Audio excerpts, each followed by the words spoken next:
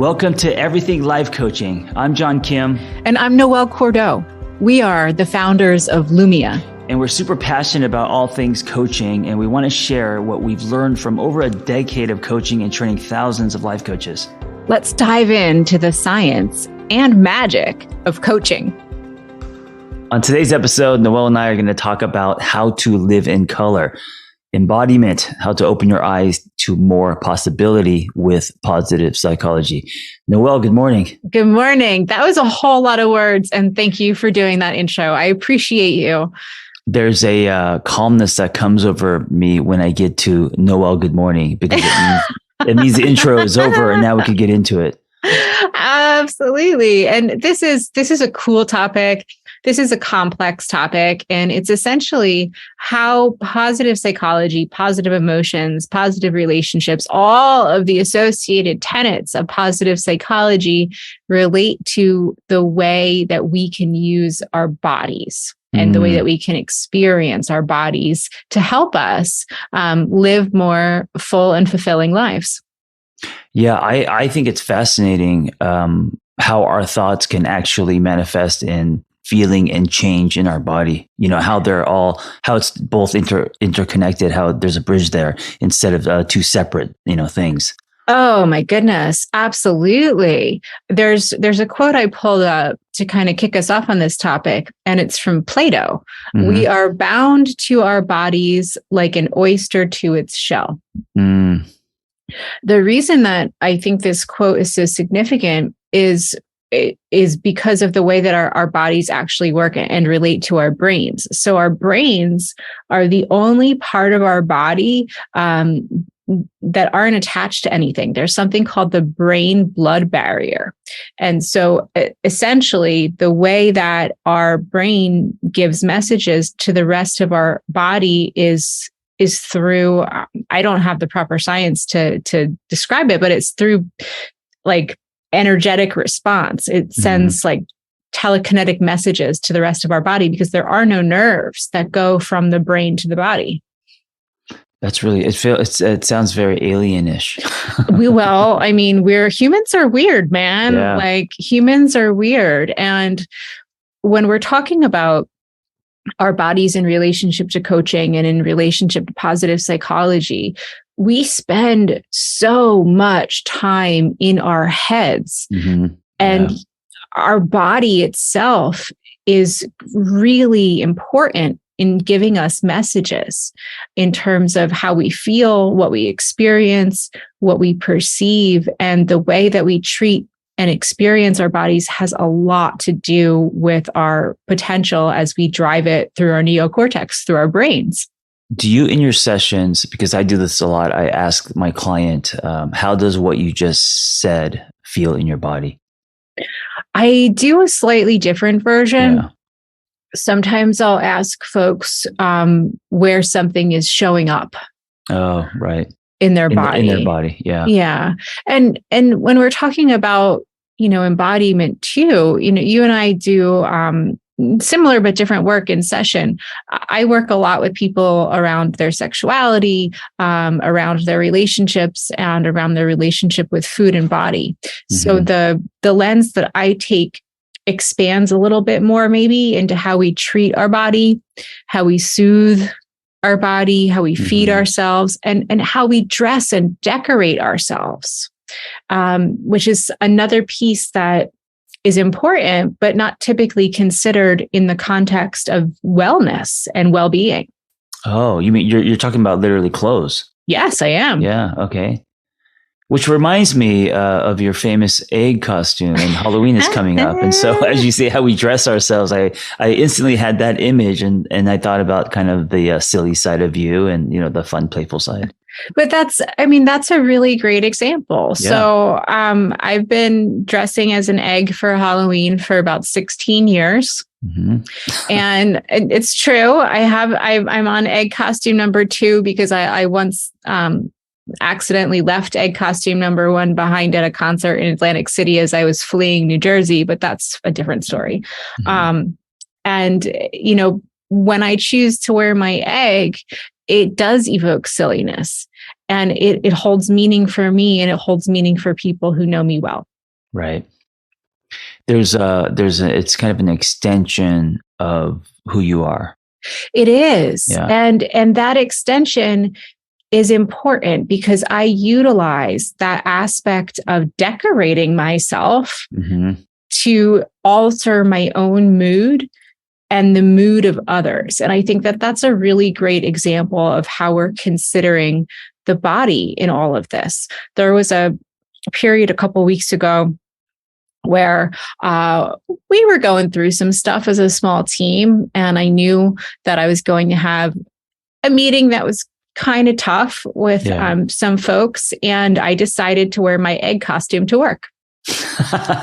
which probably infuriated some of them. Absolutely, it had the absolute opposite effect because you know people who are on our team who work for me know that I have everyone's best interest at heart, and that I, above all else, want them to be happy and whole and well. And when I have to have a difficult conversation with someone, and we really have to do some hard work in a meeting, and my team member looks up and says, "I can't believe you're in an egg right now." It shifts the energy. Yeah, it neutralizes it. It makes it fun. It's people take themselves less seriously. All that. Absolutely.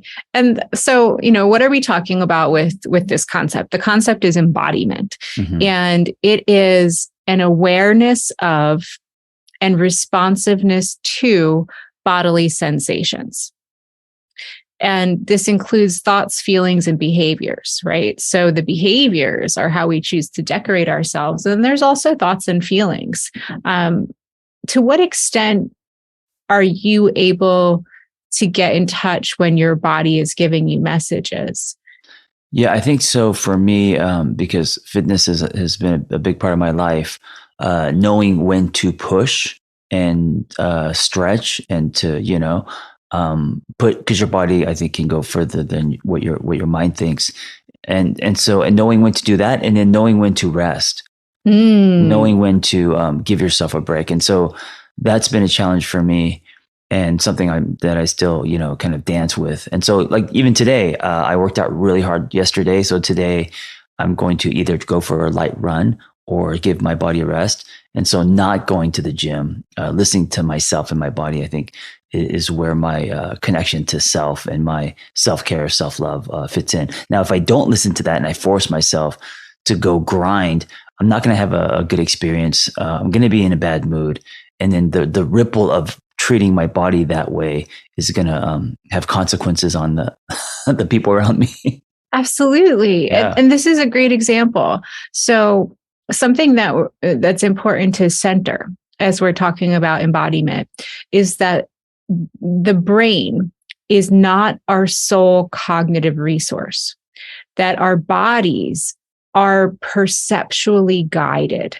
And our bodies guide us through much of the work that's required to achieve our goals if we can learn to listen to them. Yeah, I love the idea of the body being the radar. It is. Yeah. So for you, when your body is giving you a message to rest, how do you know that it's a message? How does that message come through? What's that experience? I mean, besides, soreness and muscle ache and all that, my body just tells me it needs ice or a rest or a massage. It speaks to me through kind of like craving, like if you are craving a certain meal, or if you're craving carbs, or if you're craving protein, whatever. It's like my body tells me in that way. Yeah, absolutely. And I've learned over the years to really tune into my body, especially as someone who has recovered from eating disorders and now engages in intuitive eating. One of the things that I've had to learn is to tell the difference between an authentic message from my body or something that's a disordered or distorted message that's coming from a cognitive distortion, right? So for me, there's a level of tiredness. It's like a whole body exhaustion. It usually starts in my shoulders and then goes up into my throat, and I feel it in my face and behind my eyes. And it's very specific. It's very specific. Right now, I feel great. And I do not have any tension or tightness in my throat, my shoulders, or behind my eyes. And my body doesn't need rest. I love how specific you are. And I love how, behind your eyes or the tension here, these are like signs that you can look for your body to tell you something. Yeah. So, in the world that we live in, where our bodies are objectified, we beat up our bodies on a regular basis. We give ourselves negative self-talk messages that actually hurt our cute little bodies. This is the opposite of what we're talking about. And this is what we have to be aware of both for ourselves and our clients, because disembodiment involves either indifference to your body or being really negative towards your body. And so the positive psychology-based intervention is to actually work with folks or work with yourself to make friends with your somatic sensations, to make friends with and nurture your body, to learn how to use it as a gauge to enhance your functioning capacity.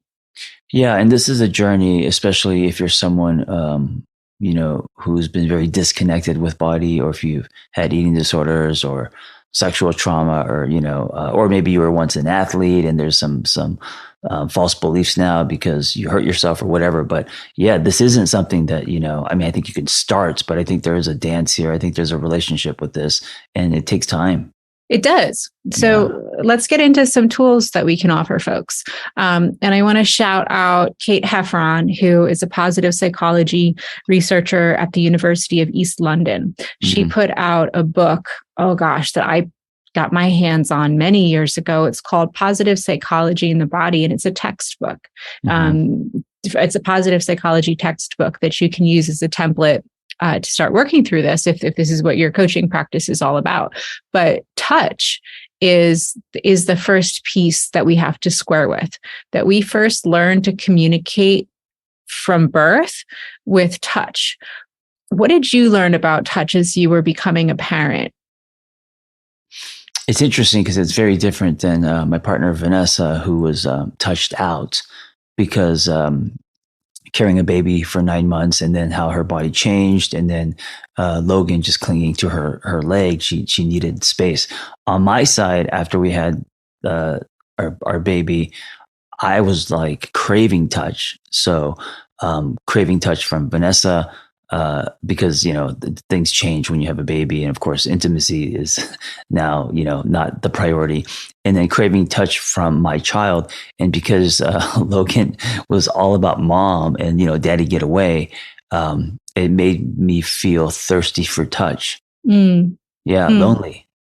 Yeah. So something that we can think about and acknowledge there. And, I'm sorry you had that experience. I remember when I saw you over the holidays, that was, you were in that space of and Logan's was a little tiny nugget at that time. Yeah.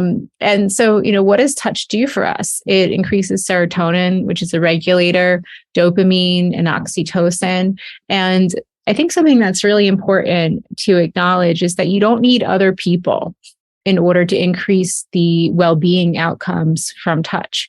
You can give yourself a hug. That is just as effective. You can rub your arms. You can rub your own shoulders. You can hug a dog or a cat. I don't recommend hugging strangers, but you can. There are lots of different ways that you can increase your relationship with touch. A really phenomenal anti-anxiety technique is to ground with touch towards whatever surface is nearest to you, and to really take in the quality of that surface. So you're engaging with this part of yourself through your own awareness. What does the table feel like? Is it cool? Is it warm? Is it wood? Is it stone? Is it metal? And just to start to tune into, oh my gosh, the largest organ that I have, my skin, is really capable of giving me messages. Yeah. That's something I think many don't realize is when they're craving touch, especially if that's your love language like mine. that you can self-soothe to a certain extent. Absolutely. That doesn't require someone else. Yeah. Absolutely. And the next point that does require someone else is to evaluate the quality of your social interactions. And this has everything to do with your body, because synchronicity is real. Have you ever had an experience where you've met a friend and it was like love at first sight? You were right in lockstep with each other. You couldn't stop talking to each other. Sure. Yeah. I think of Buddy when I think of synchronicity. Yeah. Buddy is John's friend, for those of you who don't know. And what happens, and this is social engagement, this isn't romantic engagement, that coordination takes place between individuals when you're in sync, and it has a style and a rhythm. And that co-creation between two bodies can create a sense of oneness. Yeah, this also happens a lot in high school, like you and your best friend, talking on the phone, through the entire night, or you're just hanging out, and the body language just being super relaxed, super connected. Nothing's forced, and yeah, very flowing. That's a really great example. And I love that example. And I'd love to invite all of our listeners to think back to those, magical childhood days where it was a full embodied experience of euphoria to be in sync with other people. We lose that as adults. Yeah. Why do you think we lose it? I think because we get hurt. I think because of self-protection. I think we stop trusting as much. A lot of things happen. Life happens. And then so we kind of create a shield. We're more cautious. We don't let our guards down as much. Yeah. When we're in coach training, one of the important pieces of coaching presence alongside active listening is that when, as a coach, and this takes practice, this is tricky to do, so I'll say that up front, when you can mirror the vocal cadence of the person you're talking to. So if someone talks very fast, if you pick up the pace of your conversation, or if someone talks very slow, you slow it down, you will instantly build trust with that person, because they will find that synchronicity in the rhythm of the coaching. Oh, I love that. It makes me think about relationships, how important it is to be aware of that cadence, that synchronicity, and make an effort to match that. You and Vanessa talk at very different paces. Yes, we're very different. I mean, even also eating, I inhale food. She's more mindful, and if we're not aware of this, we're off. We're kind of like off, stepping on each other's shoes, kind of thing. Yeah. And that, that's an interesting thing to unpack, because I too have had the experience as a slow eater of eating with you. And I look up and I'm like, John, you're done. Like, we just sat down. Yeah. But so in those moments when you're out of sync, what happens for you? I get impatient. I get frustrated. I feel like we're not connected. I get judgmental. I point fingers, all of that. Yeah. Nothing good. Yeah, I was going to say, I can imagine impatience would come up to the table. So if I'm really thinking about this from a coaching perspective of like tuning in, because especially with eating and sitting down and having a meal with somebody else, I might say, okay, well, what are some other ways that you can engage in sensory perception during that period of time, focusing on what else is there in this space? What else is there to notice about your meal partner, so that you have something to stave off that impatience or boredom? When you say what else is there, what do you mean? Like, besides your phone? I mean, I would say like, I'm having a specific memory. You and I went out, I think for Korean food, and I eat really slow and you eat really fast. And I remember the room being red. So I might say, well, what are the colors on the wall? How is the light hitting Vanessa? Can you engage in your sense of sound? Can you see how you can really hone in on what she's saying and block out other thoughts to find a way to be present, even though your cadence has changed? Right. So before I slip into the tunnel of just, eating and pouring, food into my mouth, being aware, like when you say what else is there, what else is around me, which can anchor and ground me and slow me down. So I'm not just focused on, shoving food into my mouth. Absolutely. And also, framing the experience. Like if you know that this is an area where you're out of sync with someone, and yet, sharing a meal is a really common thing for family members. How do I need to frame this experience in terms of the time that I'm going to spend and the value that comes from that time? Yeah, I love it. Not just food nourishment. Right. What else is there? Yeah. And I think that this pulls us right into our last point, which is positivity resonance. Positivity resonance is a concept that comes from Barbara Fredrickson, who's a positive psychology researcher. And this is what happens. It's an exponential halo effect that happens when we share positive emotions or behaviors. And the neurobiological definition of love is a micro moment of agreed upon mutual care. And then positivity resonance really doubles down on that experience. And it's like we build these invisible layers of mutual care to invest in each other's well-being. And your body is really important for this to work because it requires eye contact. Vanessa and I, in our couple session, we were instructed to stare at each other for about, it's called eye gazing, for about, I think, 7 minutes. Ooh. And it was one of the most vulnerable things I've ever done. Wow. Yeah. So it just reminded me when you say eye contact, because I think we just don't, the day goes by and we don't sit there and, gaze into each other's eyes.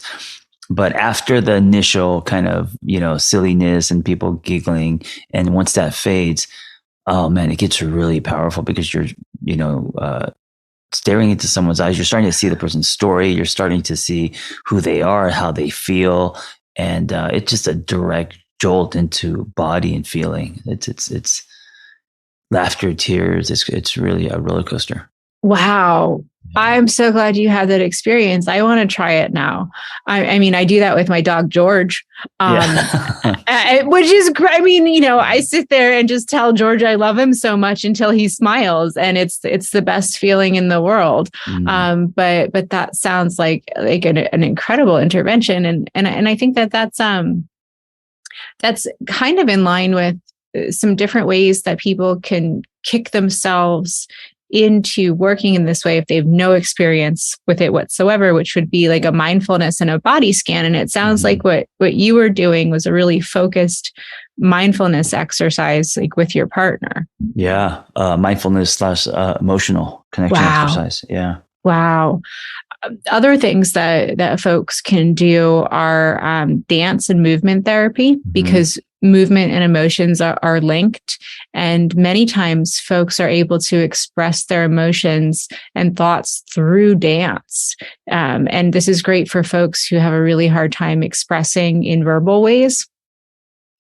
Yeah. Physical activity. You can talk more about this than I can, but it improves positive emotions. It improves self-esteem, body image, cognitive functioning, your immune system, growth, flow, purpose, all of it. It's kind of like the holy grail. And then yoga. Do you do yoga? I should. It's prescribed, but I just don't do it. I get lazy. Yeah. But yeah. Same. I mean, I do a little bit. There's an app that I use, and I'll get into a flow every so often, but it's something that is part and parcel and very highly recommended to enhance your capacity for embodiment, because yoga interventions really work towards confidence, mindfulness, self-compassion, enhanced sleep quality. And yoga decreases symptoms of anxiety, anger, and sometimes even depression. Yeah. I mean, yoga has changed so many lives. Yeah. Yeah. So, bringing this all together, that there's so much value in being able to tune into your body, and positive psychology supports embodied interventions in a very real way. We've just scratched the surface here. So if you're a coach practitioner, if you're a positive psychology practitioner, and you're interested in working with people on how they experience not only their lives, but their bodies, their lives through their bodies, I would love to invite you to dig deeper into this research, because it's such a cool field. Yeah, I love it. All right, folks. John, thank you for your vulnerability today, and we will talk to you next time. Yeah, thank you for listening. Be well.